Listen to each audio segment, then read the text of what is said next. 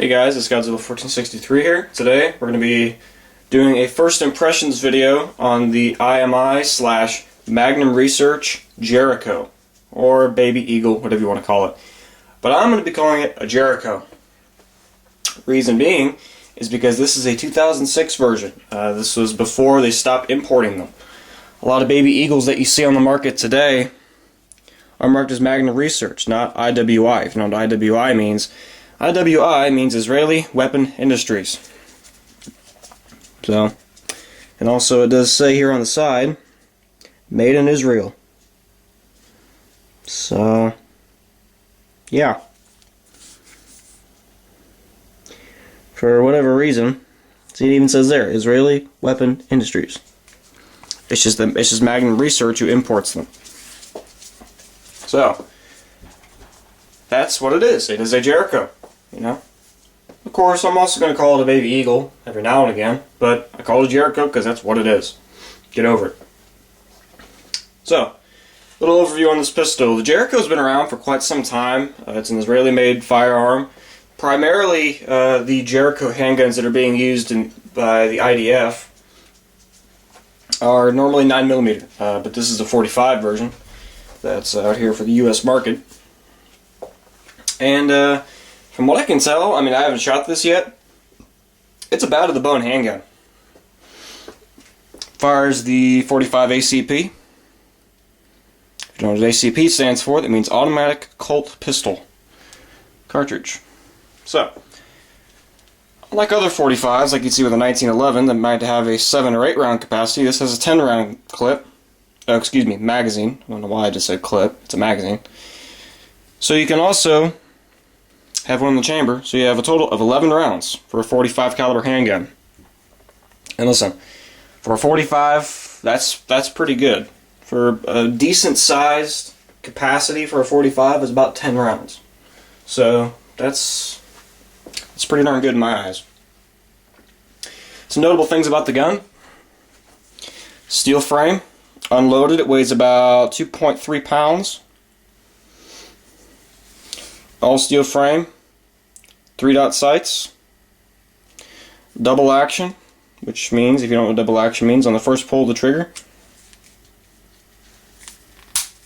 Yeah, this gun is basically brand new, guys, so it's pretty stiff. So double action means the hammer down, meaning with a pull of the trigger, it's going to keep cycling like that. The double action trigger's alright, not too bad. It's what you would expect out of a double action. It's got some resistance. It's a pretty tough, but it's not that bad, not that hard to deal with. But after the cycles, goes the single action. And single action, crisp. So crisp. Awesome single stage trigger. Double actions, you know, it's okay. It's double action. No double action's perfect. Sights are awesome. The safety is ambidextrous. So, if you're a lefty and you need to put it on safe, you can do it on either side. The mag release is not ambidextrous.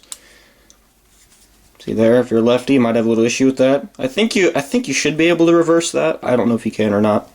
I don't know if you can switch it on the other side. It's got a fairly nice, actually it's really nice. The slide release is quite large. So, say for instance, you know, last round, you know, out of ammo, it's crisp, it's solid, and it's right there. The trigger, hold on a second, the trigger, sorry guys, a little bit of brain dead today, not feeling the best. The trigger is, I don't know, it looks kind of AK-like to me. It's a more of a hooked trigger.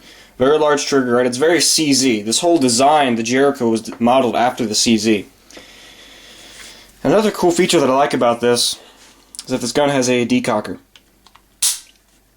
So like you put it on safe, it'll cause the hammer to safely fall down without discharging the round, so you can keep it one round in the chamber without it blowing your foot off.